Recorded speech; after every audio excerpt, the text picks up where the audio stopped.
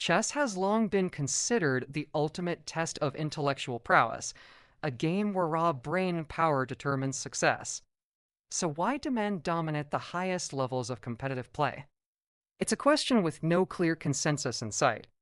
The numbers paint a stark picture. Only 37 out of over 1,600 international chess grandmasters are women, a measly 2.3% representation at the top.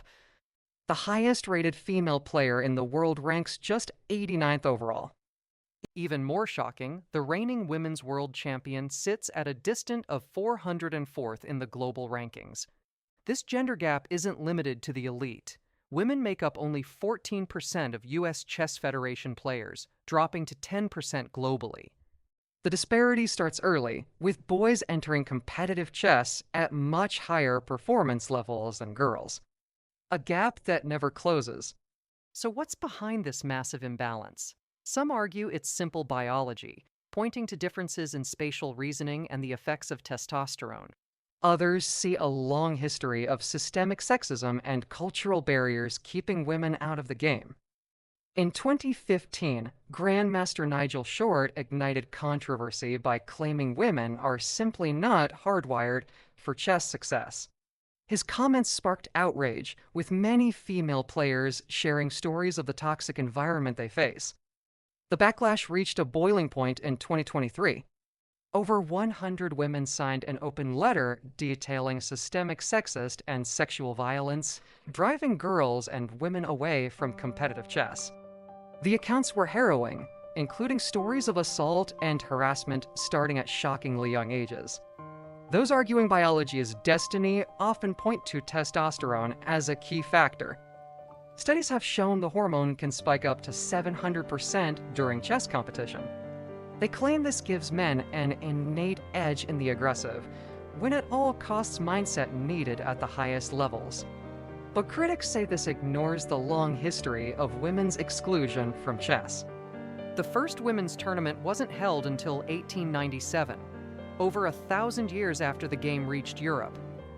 Even then, it was more about segregation than inclusion. The story of Vera Menchik illustrates the uphill battle women faced. In 1929, she became the first woman to regularly compete against top male players. The reaction? A group of masters created the Vera Menchik Club, a humiliating label for any man who lost to her.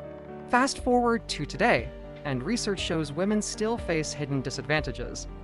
When playing against men of equal skill, women make significantly more errors, essentially giving their male opponents a 30-point rating boost. But perhaps the most compelling evidence against pure biological determinism comes from an extraordinary experiment.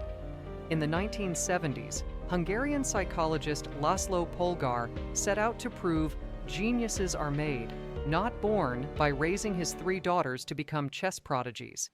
The results were stunning. Judit Polgár became the strongest female player in history, reaching 8th in the world rankings. She defeated 11 male world champions, including Garry Kasparov. At 15, she broke Bobby Fischer's record as the youngest grandmaster ever. Judit herself rejected the idea of innate male superiority, stating, "We are capable of the same fight as any man. It's not a matter of gender, it's a matter of being smart. So if biology isn't destiny, what explains the persistent gender gap?" Many point to a self-perpetuating cycle of cultural expectations and systemic barriers. From an early age, girls receive less encouragement to pursue chess seriously.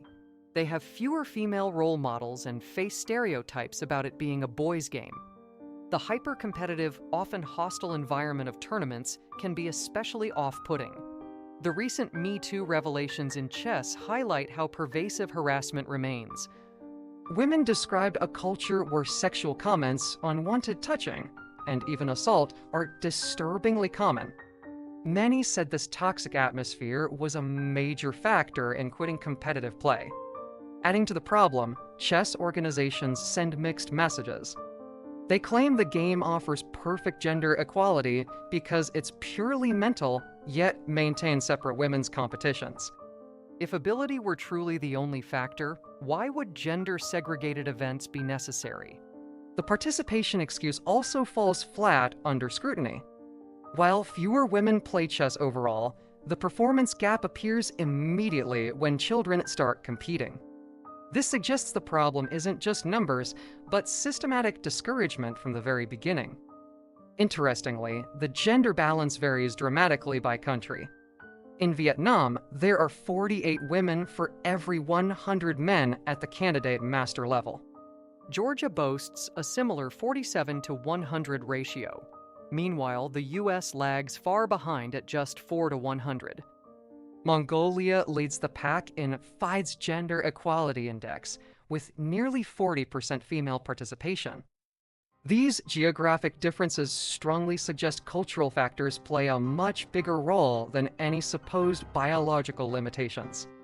The debate remains contentious because it touches on deep assumptions about human nature, gender, and merit. Those who see chess as a pure test of intellect interpret the gender gap as evidence of fundamental differences. Social constructivists view the same data as proof of systemic oppression masquerading as meritocracy.